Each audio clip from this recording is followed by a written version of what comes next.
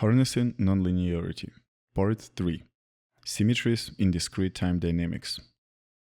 Modern accelerator physics is a broad and multifaceted discipline, encompassing everything from hands-on engineering of vacuum systems, magnets, design of superconducting RF cavities, to more theoretical areas such as spin dynamics, collective effects, beam cooling, and intra-beam scattering. Entire subfields like free electron lasers and synchrotron radiation sources form expansive worlds of their own within this larger scientific universe. And yet, at the heart of it all, single particle dynamics, under the influence of relatively simple electromagnetic fields, continue to captivate researchers. It's the cornerstone of the field, the foundation on which much of accelerator design and theory is built. Just glance at the cover of most accelerator physics textbooks. You will almost always find a phase space portrait illustrating a nonlinear resonance, a resonance web defined by the Diophantine condition, or the intricate shapes of the magnets themselves. In this third part of this tutorial, we will continue our journey through phase space, shifting our focus towards a deeper understanding of its underlying symmetries. This tutorial draws primarily on two sources. First, the in-depth and comprehensive review of reversibility in dynamical systems by Roberts and Quispel, along with the extensive list of references it contains. And second, our own recent publication, which builds on those ideas to develop new tools for identifying the dynamic aperture and visualizing nonlinear stability. Although the foundations of this subject trace back to early work by Birkhoff, de Vogelaar, Lewis, and Finn, many of its key results remain unappreciated or even unknown to the broader scientific community. As Roberts writes in his review, in comparison, reversible dynamical systems have received far less attention, and the treatment that they have received has tended to be less systematic. This has led to the situation where the literature on the subject is quite scattered, with some authors not being aware of the generality of the mathematical theory underlying their results. He continues, one of our motivations for writing this report is to try and remedy this situation. For the same reason, we provide an extensive list of references on non-conservative reversible systems, both on their theory and on their applications in such diverse fields as condensed matter physics, fluid dynamics, laser physics, molecular dynamics, quasicrystals, chemistry, biology, and etc. Some of the symmetries we're about to explore might already be familiar to more advanced students. Let's return to our favorite example, a model accelerator lattice with a thin nonlinear lens. The plot on the left shows a phase space portrait for horizontal motion in the presence of a sextupole magnet. The plot on the right illustrates longitudinal dynamics in a ring with a thin RF cavity. It is a well-established fact that restoring force functions which are odd in the coordinate variable produced phase space portraits that are symmetric with respect to coordinate reflection. This is clearly visible in the case on the right. A similar symmetry appears in transverse dynamics, though only for potentials such as octupoles. Yet another symmetry apparent in both diagrams is the reflection across the main diagonal line. Students with more experience in nonlinear dynamics might recognize this symmetry as a common feature in single-cell lattices with thin lens. It echoes the symmetry inherent in classical Hamiltonians, stemming from the p-squared kinetic term. And as we will soon see, this resemblance is no accident. On the other hand, anyone who has worked with more realistic lattices knows that even in a seemingly simple two-cell system with different thin nonlinear magnets, the symmetry we discussed earlier often seems to vanish. This is clearly illustrated in the horizontal phase space plot of the recycler lattice shown on the left.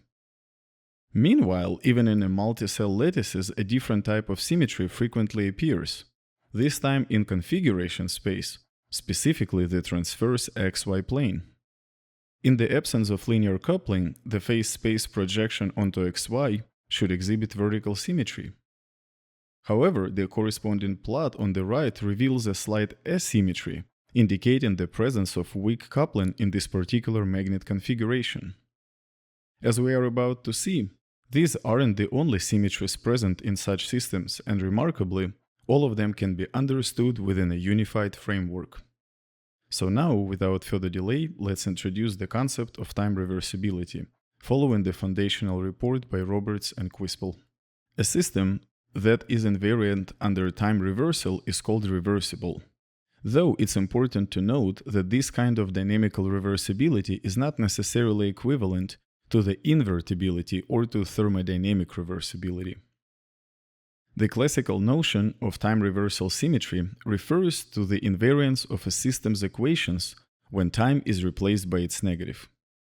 Time reversal symmetry has been and remains a key concept in physics.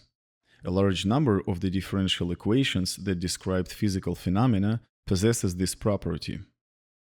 Schmidt was among the first to observe this, showing that particles moving under the forces that do not depend on velocity follow time-reversible paths. Boltzmann soon grasped its significance and demonstrated that Maxwell's equations also exhibit time-reversal symmetry, provided one reversed the sign of the magnetic field. Painlevé applied this principle early onto Newton's equations, using it to analyze the motion of a falling object. Similarly, the Einstein field equations of general relativity respect time reversal symmetry, as do the equations governing well-known systems like the three-body problem. Later, Wigner emphasized how essential time reversal symmetry in the framework of quantum mechanics. Let's begin with a few simple examples to start building our intuition. If x equals some function gamma of t is a solution of the equations of a reversible system, then gamma of minus t is also a valid solution. As a result, the following three ordinary differential equations, where a dot denotes the derivative with respect to time, illustrate typical forms of reversible systems. They might depend only on the coordinate and its second derivative, or additionally on the square of the first derivative with respect to time. Notice that this reversibility holds for any analytic function f, for any system dimensionality in the second case, and that in general the last two examples are not necessarily conservative systems. The equation from the first example is conservative and can be derived from a standard Hamiltonian. This brings us to the next point, a general Hamiltonian system in multiple dimension that is even in the momenta. Here we encounter the first problem.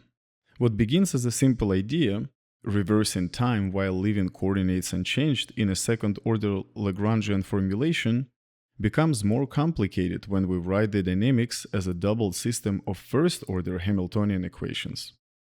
In this phase-space picture, time reversal also requires changing the sign of the momenta.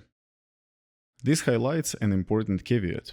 Defining reversibility in phase space this way is not coordinate invariant, since the time reversal symmetry now also depends on how we label and interpret the momentum variables. This brings us to the more general definition originally given by Divani, which resolves these issues. A dynamical system is said to be reversible if there exists an involution in phase space that reverses the direction of time. This definition places no restriction on whether the system must be conservative or even dimensional, and it applies equally well to discrete time dynamics, that is, to mappings. An involution, denoted here by G, is a transformation that, when applied twice, yields the identity. In other words, the transformation is its own inverse.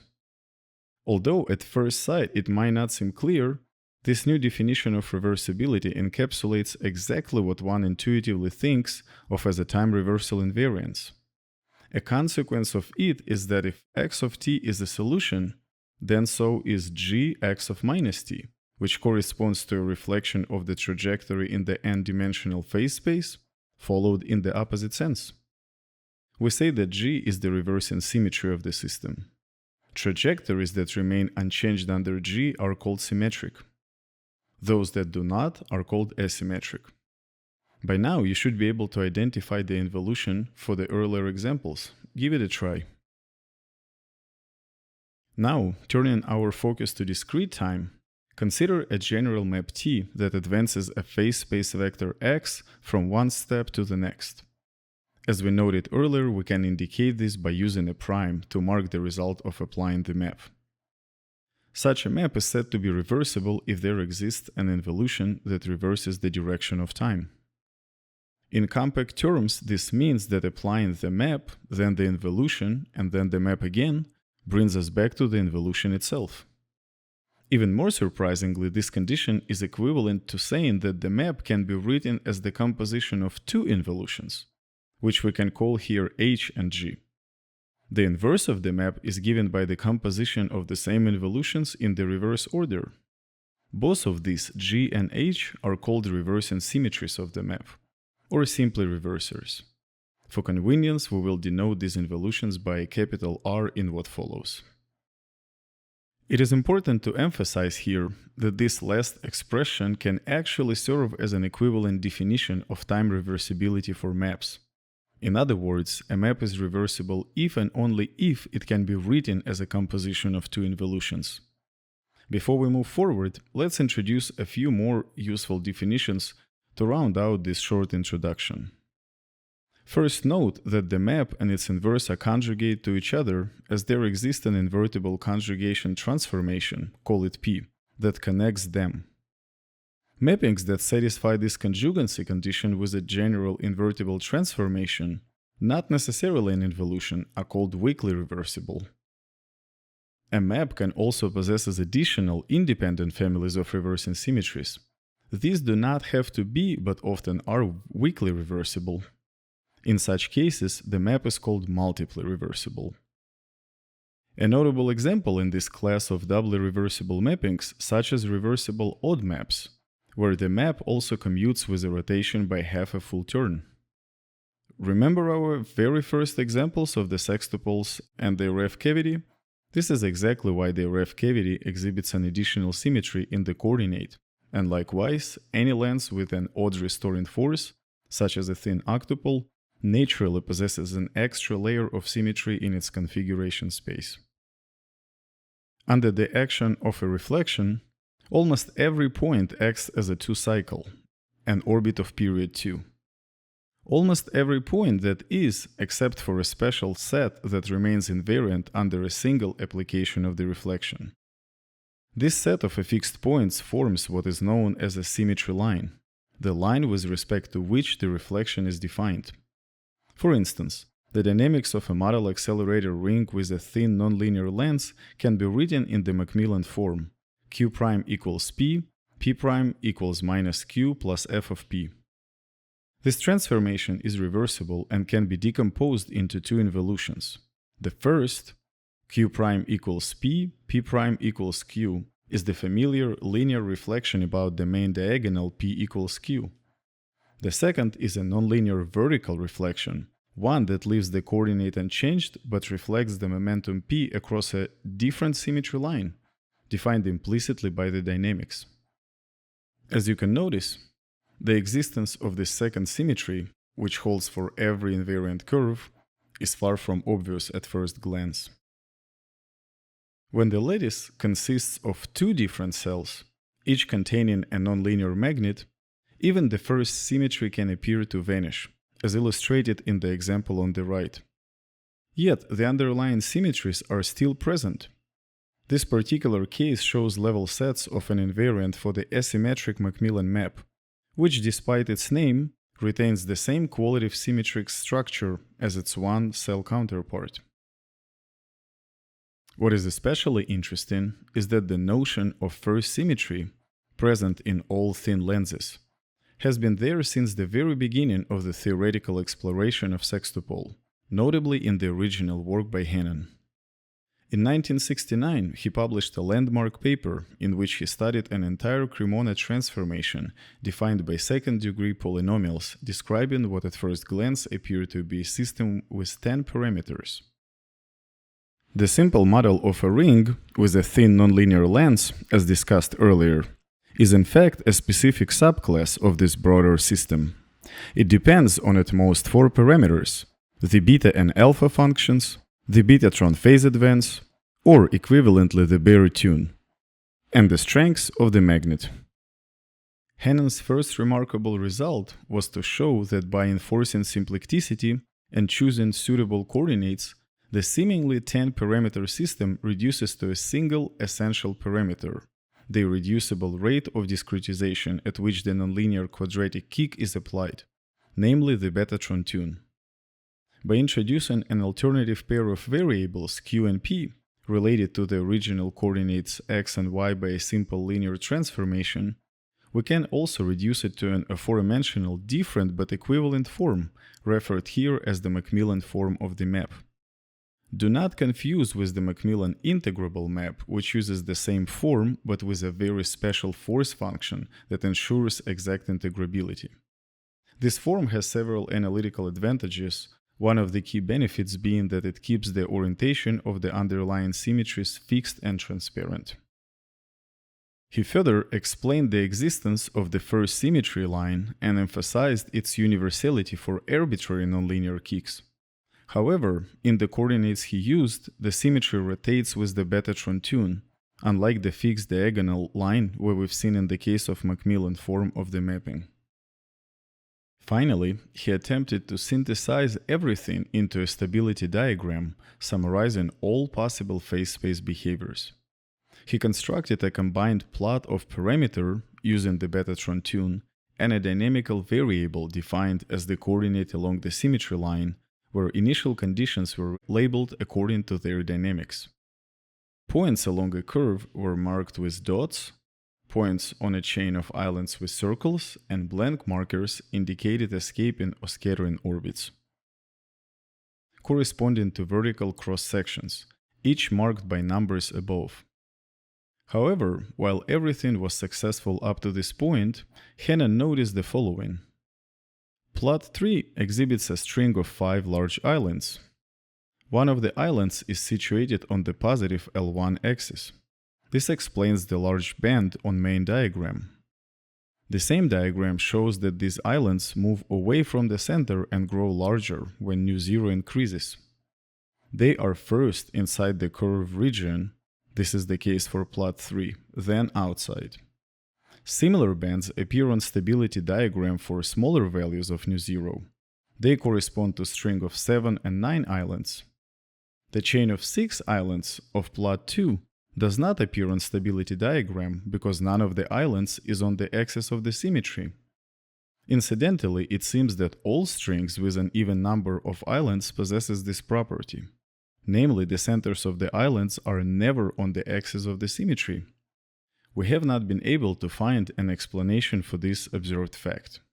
What Hannon did not know at the time, but is now clear to us, is the presence of a second symmetry line that was depicted as a thick solid green curves.